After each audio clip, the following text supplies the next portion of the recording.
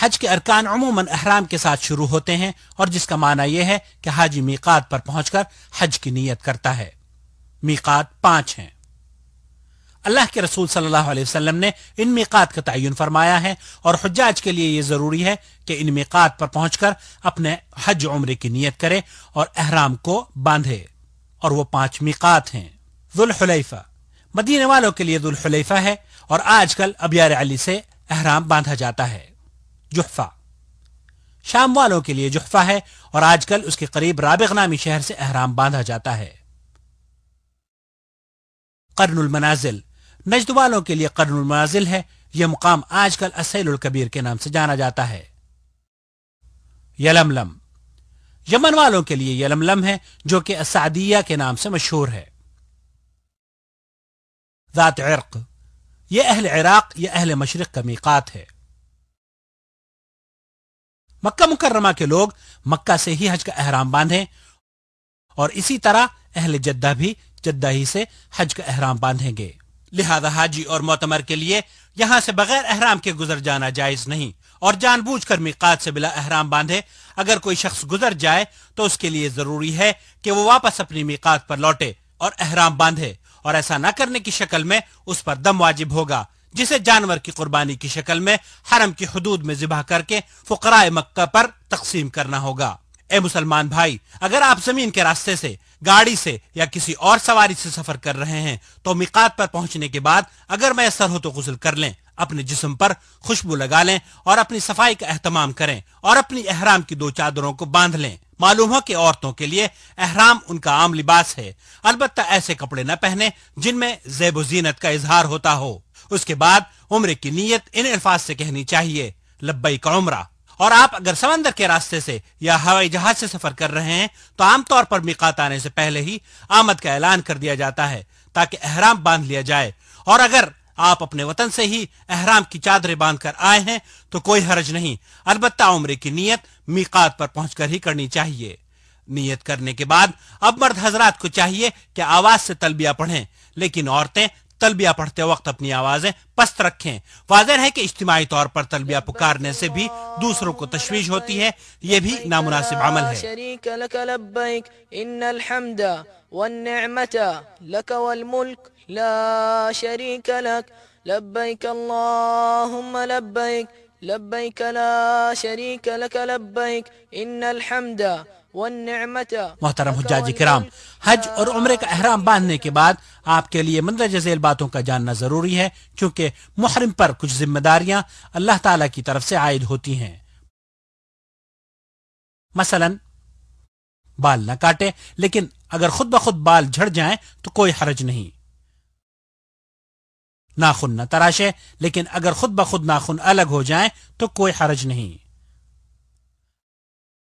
اپنے جسم پر اور کھانے پینے کی اشیاء میں خوشبو نہ استعمال کرے، لیکن احرام کی نیت کرنے سے پہلے جو خوشبو لگائی تھی اگر اس کا کوئی اثر باقی ہو تو کوئی حرج نہیں۔ کسی شکار کے جانور کو نہ مارے، نہ بدکائے، اور نہ ہی دوسروں کی اس کام میں مدد کرے۔ کوئی محرم یا غیر محرم حدود حرم کے اندر کسی درخت کو نہ کاٹے، اور نہ ہی کوئی ہرا پودا اکھاڑے، اور نہ ہی کوئی گری ہوئی یا کھوئی ہوئی چیز اٹھائے، البتہ اگر نیت اس چیز کے بارے میں اعلان کرنا ہو تو پھر اٹھانا جائز ہے۔ عورتوں کو شادی کا پیغام نہ دے، نہ ہی اپنے لیے یا کسی دوسرے کے عقد نکاح کا سبب بنے، اور جب تک احرام میں ہو شہوت کے ساتھ عورت سے مباشرت اور ہم بستری نہ کرے۔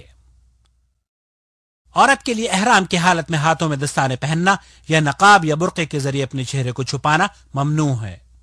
اگر اجنبی مردوں کا سامنا ہو رہا ہو تو پھر چہرے کو اوڑھنی یا کسی اور چیز سے چھپانا واجب ہے، ویسے ہی جیسے کہ غیر حالت احرام میں واجب ہے۔ احرام کی حالت میں مردوں پر اپنے سر کو ڈھانکنا جائز نہیں، لیکن چھتری سے یا گاڑی کی چھت سے یا اپنے سامان کو سر پر اٹھانے میں اگر سر چھپ جائے تو کوئی حرج نہیں۔ اگر محرم بھول کر جہالت میں سلا ہوا کپڑا پہن لے، یا اپنے سر کو ڈھانک لیتا ہے، یا خوشبو استعمال کر لیتا ہے، یا اپنا کوئی بال کاٹ لیتا ہے تو کوئی حرج نہیں۔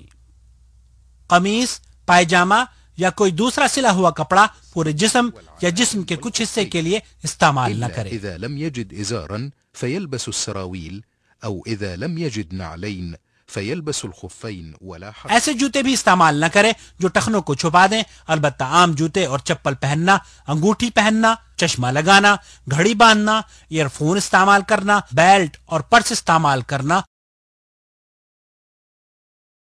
اور اگر احرام گندا ہو جائے تو اسے بدلنا محرم کے لیے جائز ہے. سر اور جسم کو دھونا بھی جائز ہے، اور اگر محرم کے کوئی زخم لگ جائے تو کوئی حرج نہیں. اور واضح ہے کہ احرام کے لیے کوئی خاص نماز مشروع نہیں، جیسا کہ بعض لوگوں کا خیال ہے. اللہ تعالیٰ نے جن اعمال کو فرض قرار دیا ہے ان کا التزام کرے. مثال کے طور پر 5 وقت نماز با جماعت ادا کرے. جن کاموں سے اللہ تعالیٰ نے روکا ہے ان سے دور رہے. بد کلامی، فحش باتیں، جنگ و جدال اور دیگر نافرمانی کے تمام کاموں سے بچتا رہے. اب آپ کا قافلہ اللہ کے فضل و کرم سے مکہ المکرمہ میں داخل ہونے والا ہے. یہ وہ گھڑی آ پہنچی ہے جس کا ایک مسلمان کو بڑی ہی بےتابی سے انتظار رہتا ہے. داخلے سے پہلے اگر میسر ہو تو غسل کر لینا سنت ہے. اب آپ بیت اللہ الحرام میں داخل ہونے لگے ہیں. واضح ہے کہ دوسری مساجد کی طرح اس مسجد الحرام میں بھی داخل ہوتے وقت آپ کو اپنا داہنا پیر مسجد کے اندر پہلے رکھنا چاہیے. یہ اللہ کے رسول صلی اللہ علیہ وسلم کی سنت ہے. اور داخل ہوتے وقت یہ کہنا بھی سنت ہے: اعوذ باللہ العظیم وبوجہہ الکریم وسلطانہ العظیم من الشیطان الرجیم، بسم اللہ والصلاة والسلام علی رسول اللہ، اللہم افتح لی ابواب رحمتک. پھر محرم کو چاہیے کہ نہایت اطمینان اور سکون کے ساتھ اپنے قدموں کو کعبہ مشرفہ کی طرف بڑھائے اور استباء کرے. استباء یہ ہے کہ احرام کی اوپر والی چادر کو دائیں کندھے کے نیچے سے نکال کر دوسرے کندھے پر ڈال لے، کیونکہ اللہ کے رسول صلی اللہ علیہ وسلم نے ایسا ہی کیا تھا. اس کے بعد حجر اسود کی طرف جائے اور اپنے طواف کا آغاز حجر اسود سے کرے. حجر اسود کا بوسہ لینے میں کسی قسم کی مزاحمت نہ کرے اور نہ ہی وہاں کھڑا ہو کر بھیڑ کرے، بلکہ چلتے ہوئے اشارہ کرتا چلے.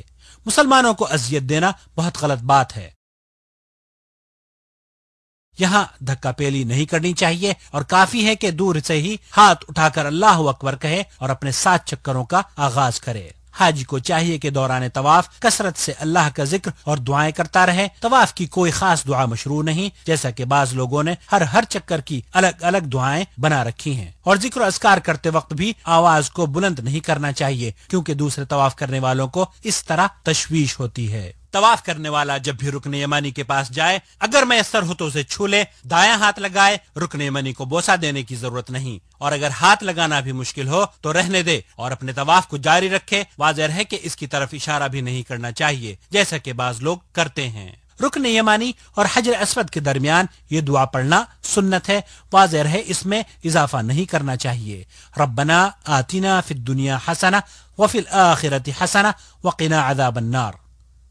اور اس طرح حجر اسود پر پہنچ کر ایک چکر مکمل ہو گیا. اب اپنے باقی دوسرے چکر بھی حجر اسود سے ہی اسی طرح شروع کرے اور حجر اسود پر ہی ختم کرے. طواف میں رمل کرنا مردوں پر سنت ہے، جس کا مفہوم یہ ہے کہ طواف کرنے والا مرد تیز چلے اور قدم قریب قریب رکھے، اور یہ طواف قدوم میں صرف پہلے 3 چکروں میں مسنون ہے. البتہ استباء 7 چکروں میں کرے. دوران طواف بعض حجاج کچھ غلطیاں کرتے ہیں. مثلا طواف کرتے وقت حتیم کے اندر سے گزر جاتے ہیں یا مقام ابراہیم کو بیت اللہ کا حصہ تصور کرتے ہیں، جو غلط ہے. بذلك قد انقص من طوافه ويكون حينئذ قد طاف ببعض الكعبة. اسی طرح خانہ کعبہ کا استلام اور بسا اوقات اس کی تمام دیواروں کا استلام یا اس سے چمٹنا. واضح ہے کہ نبی کریم صلی اللہ علیہ وسلم نے حجر اسود اور رکن یمانی کے علاوہ خانہ کعبہ کے کسی بھی جز کا استلام نہیں کیا. لہذا عقیدت سے مقام ابراہیم اور بیت اللہ کی دیواروں کو چھونا بدعت ہے، اس کی کوئی اصل نہیں، اور اللہ کے رسول صلی اللہ علیہ وسلم نے ایسا نہیں کیا. طواف کے دوران ذکر و اذکار کرتے وقت آواز کو بلند نہیں کرنا چاہیے، کیونکہ اس طرح دوسرے طواف کرنے والوں کو تشویش ہوتی ہے. دوران طواف حتی الامکان کوشش کرنی چاہیے کہ عورتوں سے الگ رہیں.